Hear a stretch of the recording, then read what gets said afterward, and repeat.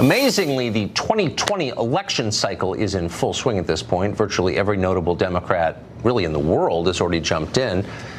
President Trump looked vulnerable a couple of months ago, maybe even doomed to defeat, and that was, of course, the lure that got them into the race.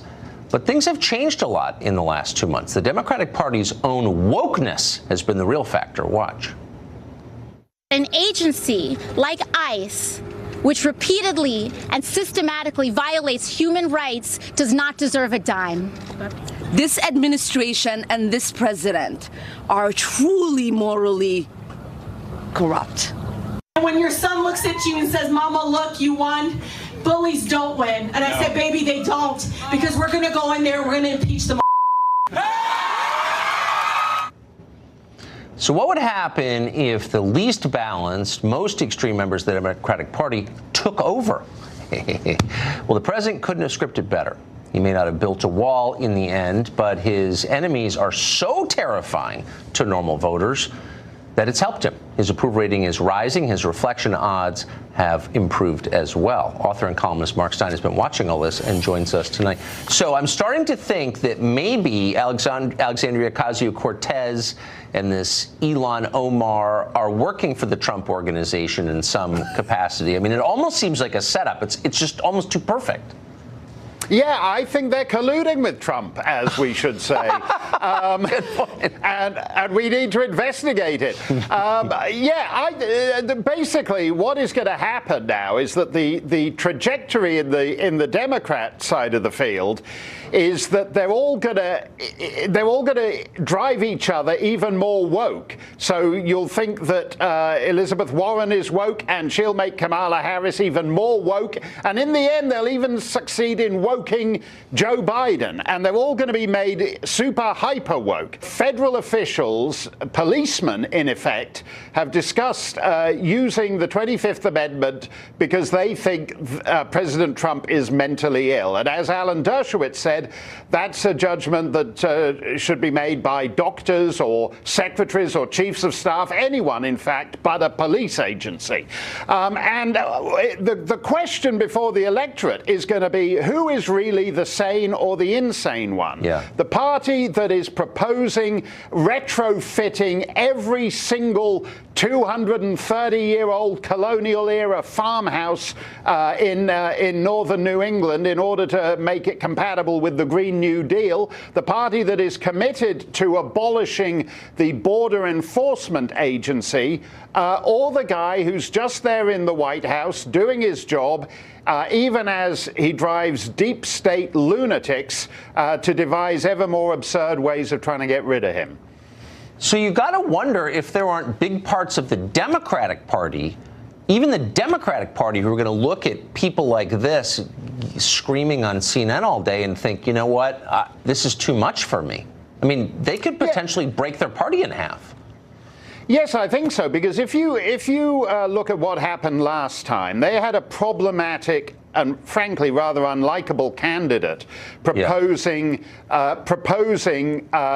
relatively centrist or left of center policies in Democrat terms. This time round, you are going to have candidates who are taking extreme leftist positions. And the risk, of course, is, as with what happened to Ilhan Omar, that in crude identity politics terms, they check all the boxes, they do all the virtue signaling, so they seem kind of nice. And then you read 3 or 4 of their tweets and you realize, actually, this person isn't nice.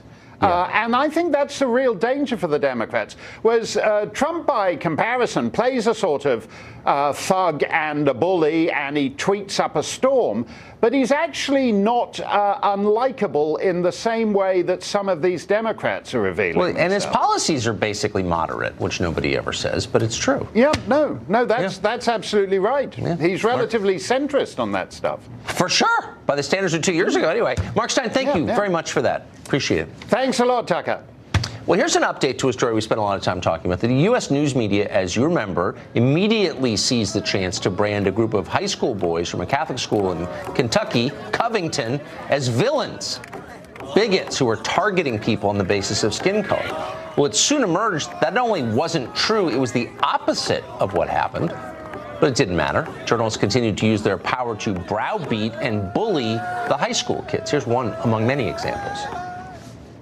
Do you feel from this experience that you owe anybody an apology? Do you see your own fault? We looked at that video and thought about how it felt from the other's perspective. In other words, there were a lot of you, a handful of the others. There's something aggressive about standing there, standing your ground. Something aggressive about standing there. And journalists weren't the only ones to make that point. The Covington students' own Catholic bishop condemned them as well. Now, that bishop has apologized for what he said. He's admitted that he was bullied into denouncing the boys and that he never even looked at the evidence about what they did. Larry Elder's radio show host from Los Angeles. We're always happy to have him on the show. He joins us tonight. So, Larry, you've got to think, not just in the case of these boys, but in the case of anyone who's been called names by the media collectively and then found to be not guilty of the charges, how does that person get his reputation back? Well, of course, the person doesn't get the reputation back. The accusation is made above the fold, page 1. The retraction is made deeper into the newspaper. Yeah. What happened here is what I call the intersection of Trump derangement syndrome and what Tom Wolfe, the author who wrote the book Bonfire of the Vanities, calls the media's incessant search for the great white defendant. Nothing better for the media than a white man who's perceived as privileged that they can malign. And that's what happened with Mr. Nick Sandmann. And later on, earlier this week, Tucker, it also happened to a friend of mine named Doug Adler, who used to be an ESPN commentator. 2 years ago, did a match involving Serena Venus Williams, used the term guerrilla tactics, not Gorilla, but guerrilla as in guerrilla tactics. And a New York Times tennis writer named Ben Rothenberg puts out a post and accuses Doug Adler of racism. ESPN demands that he apologize. Adler happens to be white. And he does to keep his job. They still fired him. And for 2 years, he's been battling a defamation lawsuit. Finally, he won it, got his job back. But the tennis sports writer at New York Times has not lost his job, nor has he apologized. Nor did anybody in the tennis commentating field come to Doug Adler's rescue. Not the McEnroe brothers, not Martina Navratilova. None of these announcers said guerrilla tactic is a normal term used to describe a tactic in a match. And he got fired, got maligned as a racist, just like Nick Sandmann got maligned as a racist before the facts came in. The intersection of Trump derangement syndrome and the incessant search for the great white defendant. Well, that's a shocking story.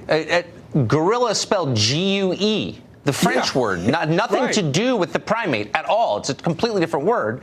Nothing. And he gets fired. And Tucker, when ESPN approached him, he said what you said. He said, I didn't say gorilla as an animal. I said gorilla as in tactic. And they still fired him after he apologized. My goodness. Talk about hysteria. This is mass hysteria. It fit the script. This young man in D.C. was wearing the mega cap. He committed also the sin of being born white. And he was privileged. And so the media just ran with that, just as they ran with the story about Doug Adler. It's outrageous. And nobody stood up to defend him. They were all cowards.